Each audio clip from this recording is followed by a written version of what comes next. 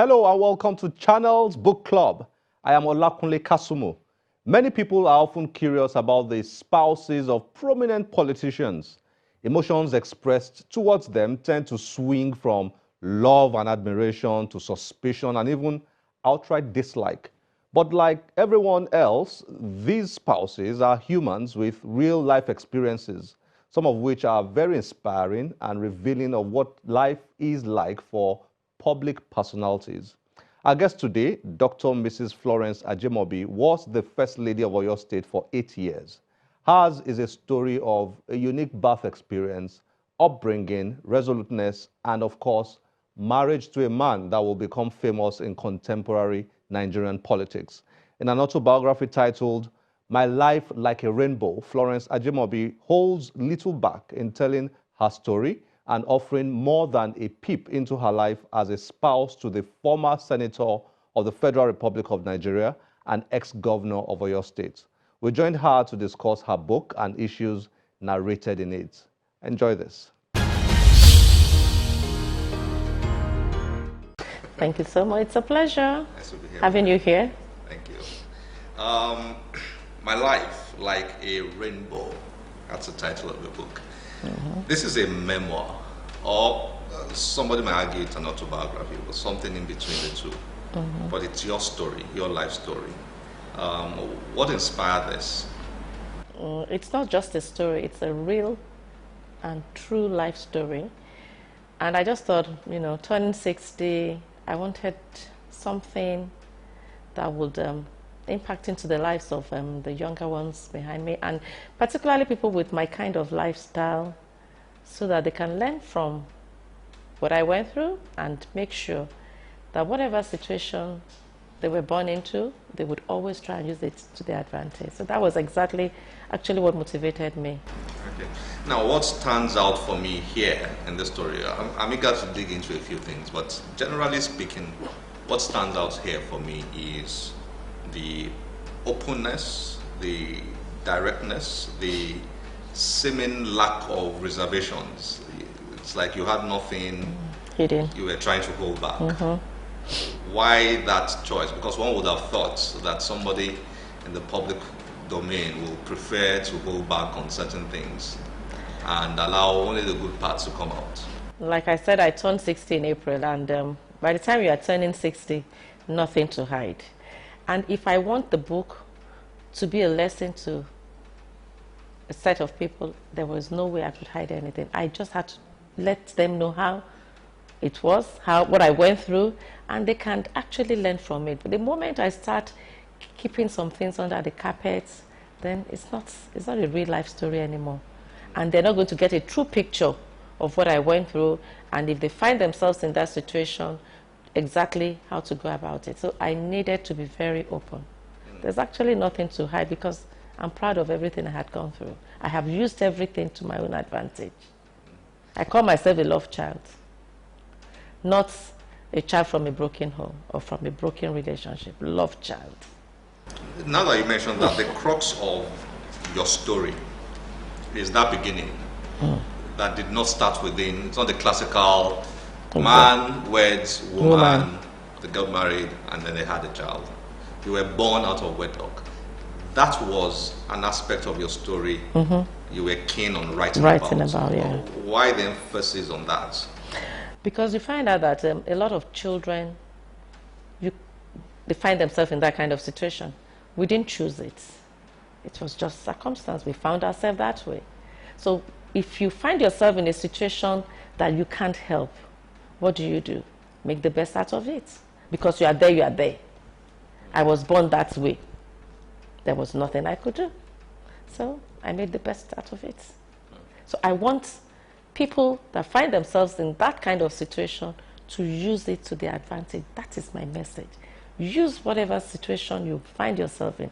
The bad situation, the good, use it to your advantage. Your father, biological father, was Lebanese, and then your mother was from Delta State. Let me read something that you wrote here. My earliest childhood memory is being driven on the long road from my house to that beautiful and serene location called Bodija International School. A chauffeur-driven Mercedes-Benz car was always available to take me to school from Isale, Oshosami, Okeado, to the other end of the sprawling city of Ibadan called Bodija. I recall an event in my primary school when I was about 6 years old.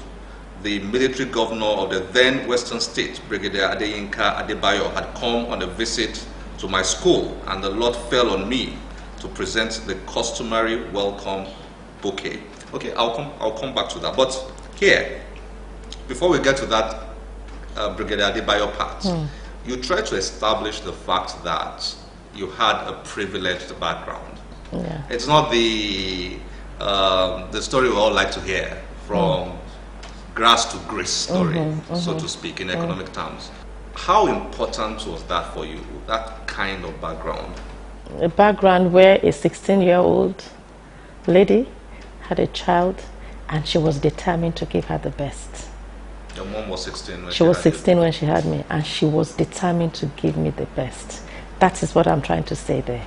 She was a young girl. She could have just abandoned me. She could have gone into so many things. Find out what our girls are doing today. When you have a child, they go begging, they do all sorts of things. But here was a young girl, 16. She had me at 16.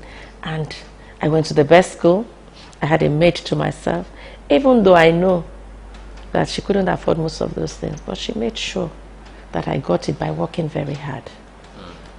She worked hard. She's a woman that gave me the strength that I have today. I mean, when you see me working hard, I don't think I can work as much as my mom did. She was a very hard-working girl, and she just wanted to prove a point that I'm going to look after this girl, and she's not going to suffer. We were both living alone in one room, so it's not. Yeah, my mom is in a salon. We had just one room upstairs, and those rooms, you put a curtain. The bed was in one part, and then we had a sitting room. But I come back from school. I had a maid to myself, Titi. I come back from school, throw my bag on the floor, and then they put a table before me, my chips and egg every day. That was what I liked to eat. So it wasn't really it's a mix. You see, that's what I say, rainbow. It wasn't about wealth. Yeah. But, I was a pampered child. So a woman that didn't want me to miss that father figure. A woman that didn't want to miss me, the affluence from my father's family. She just wanted to give me the best. That was what I saw in her. She gave me everything that I asked for as a child. Then I enjoyed the prophecy bits in this story. By my father-in-law. Which one? Yes, the one by your father-in-law. But before then, this one I just read now. You met Brigadier Adeyinka Adebayo when you were about 6 years old, thereabout. And that vision of him, when you were handing over the bouquet to him, gave you a vision of marrying somebody rich, who will be very that rich. my mom didn't have.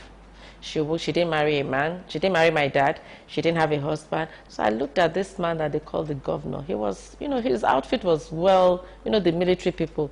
The gaiters were out. He was looking very neat. And I said, yes, I would like to have a husband that is very prominent and big man, But I didn't want to marry somebody in uniform. Because I know they carry guns. And that scared me, so that was the only reason. But I knew I wanted to marry a man that would be rich and with affluence. So.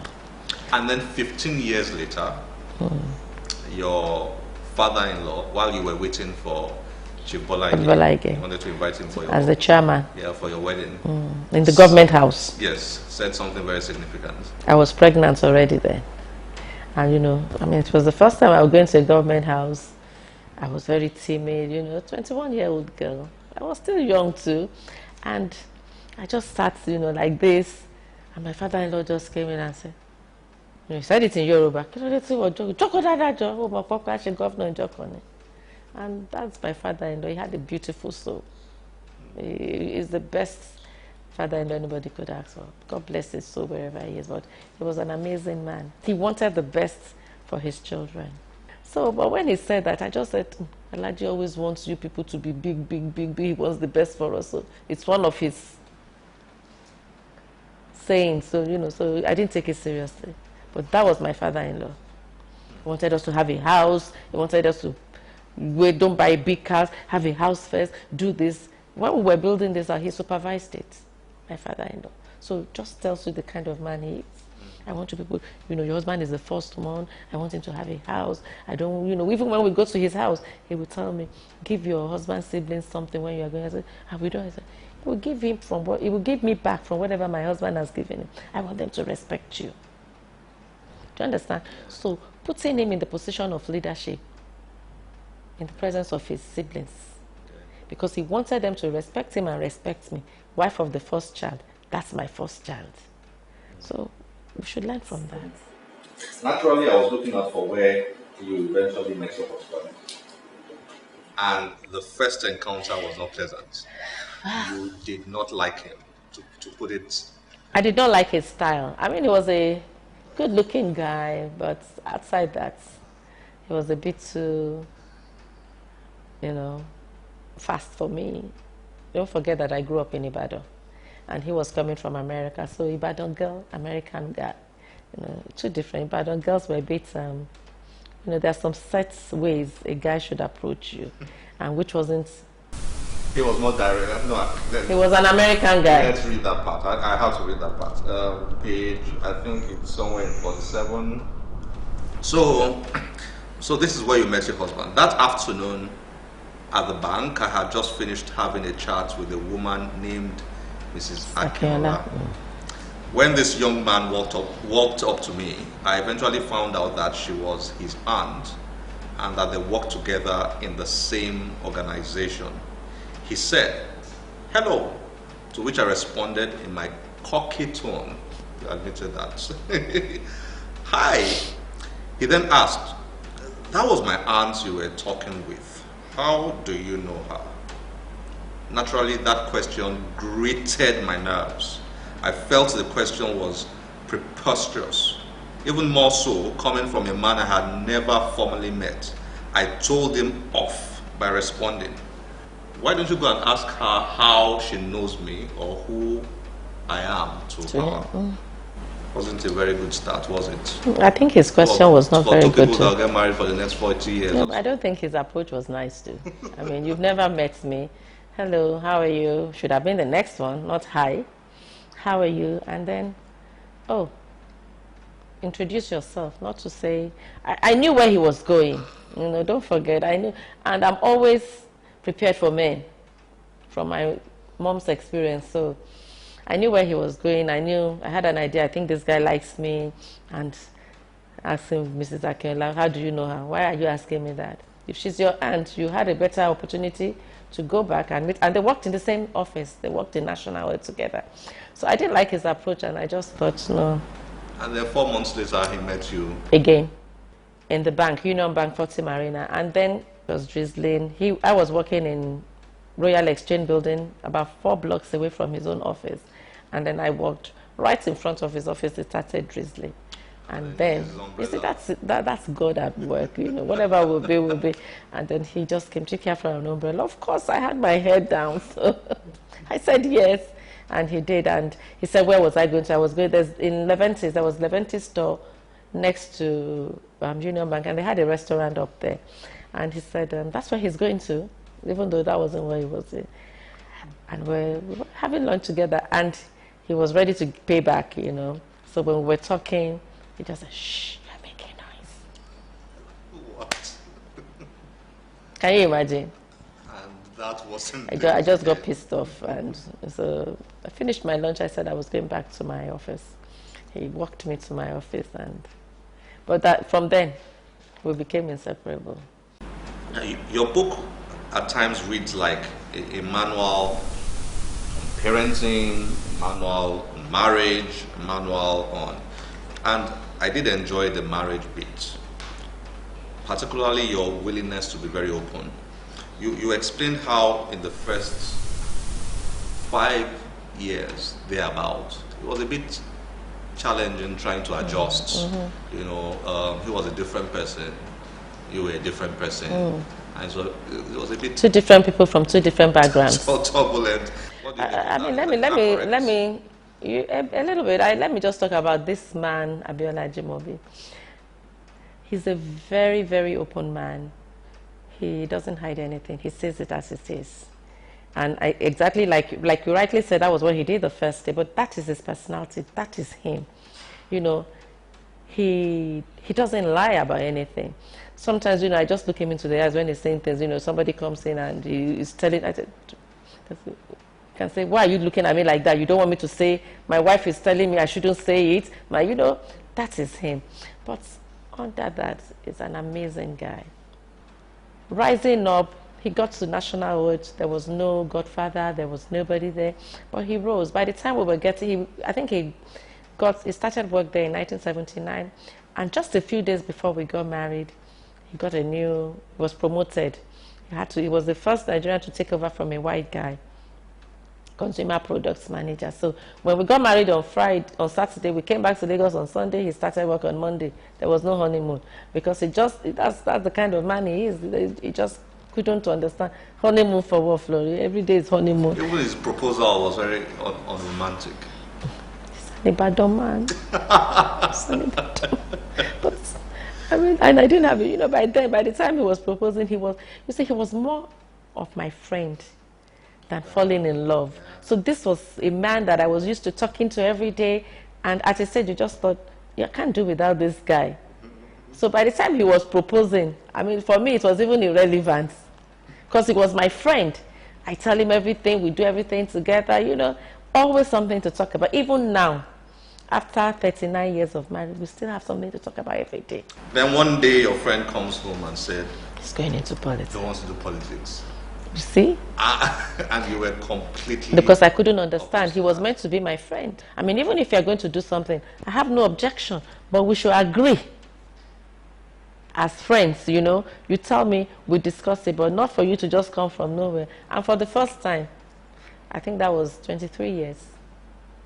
Yeah, 22 years. We were 22 years together. That was 2002 when he retired. I saw another side of him that I've never seen. I thought there's nothing I would ask from him that he won't do. And he now told me that he's made up his mind and he's doing it.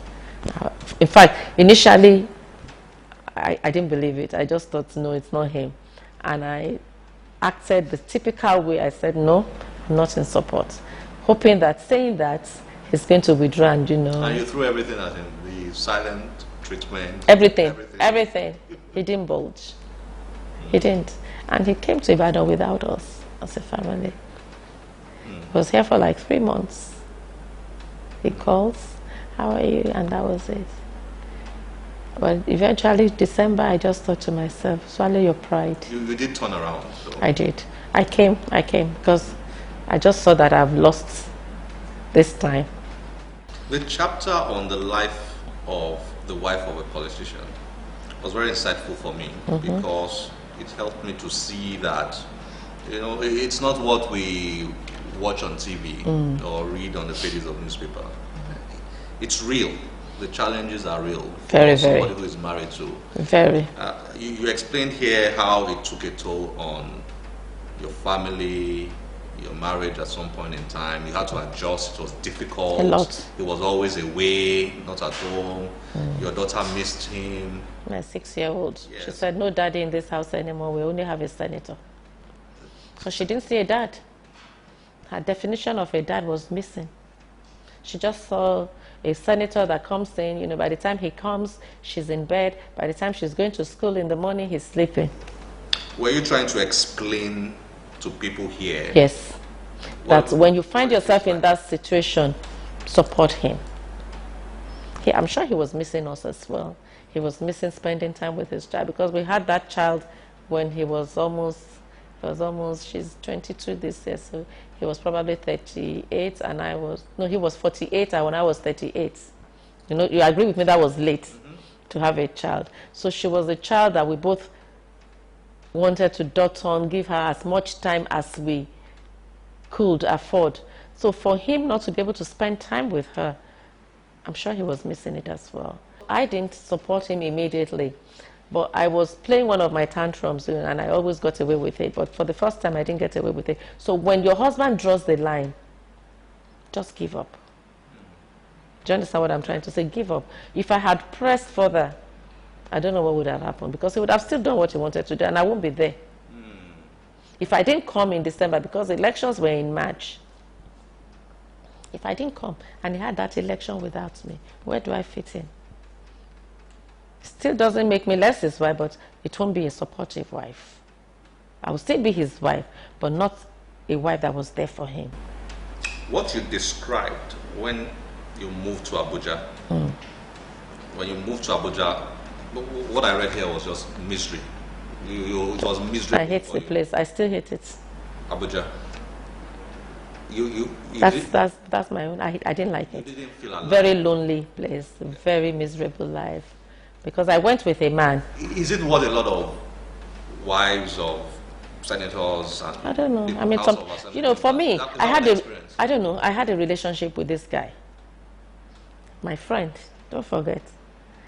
Always talking together. Always there together. He takes me out for dinner. We go out. We take a walk every evening. But that stopped. It stopped completely. So They have their meetings in the night. He comes back early in the morning. He wants to sleep. So am I going to start talking to him when he comes? So what you described there, is that the most difficult thing for the spouse of somebody in public service? I mean, you've been in public service for so many years. You were in public service for so many years as spouse of senator, governor, and all that. MD. Was that the most difficult? That was the most for me. Because I was missing my friend. He wasn't there. You know, it depends on the relationship. Not every woman will go through that or feel that way. But this is a man that I had a very close relationship with. And we had a system, you know. We talk in the morning. We talk when he comes at night. We take a walk for 1 hour every day. And all that was gone. You simply missed your friend. I missed my friend. That was it. I missed my friend. He wasn't there anymore. And I mean, he wasn't playing out there. I knew he was engaged. He was busy. And if I want to be fair, I just had to keep all those hurt to myself. I was hurting. I was missing him so much. Had a lot of things to talk about. Even summer holidays, he stopped going with us. Didn't have the time. What's the biggest misconception that people have of wives of governors? They're having a blast. They're enjoying the whole world. That's a misconception. No, they're having a blast. They don't know that it's a sacrifice. I'm sacrificing my friend. I'm sacrificing my friend. And my children are missing their father. They're missing him. They missed him in these 8 years. Can we go back? Can we rewind to 8 years? Everything I've missed doing with him, can I go back? He comes back 3 a.m. Look, woman, I'm tired. You know. I understand that. Yes, I mean, I think it's nice, you know, serving the society, you know, but for me, people shouldn't do it for too long. I think a one term, 6 years maximum. Done. 8 years was a long time for me. Dr. Mrs. Ajimobi, thank you very much for this time. It's been a pleasure. It's also a pleasure. Thank you for giving me the opportunity to say this to the people out there, and I hope the people will learn from my own life experience, my own rainbow life. You know, because when I say rainbow, it's a life with so many parts, different parts. Some of them don't even match, red and black, yellow and orange, you know. So, but I just want to pray that people will learn from my own life and be able to make a few corrections in theirs and use whatever situation you find yourself, always at the back of your mind, want to use it to your own advantage, whether good, whether bad. Don't give up. Thank you so much. It's been an amazing period for me too. Thank you. Thank you.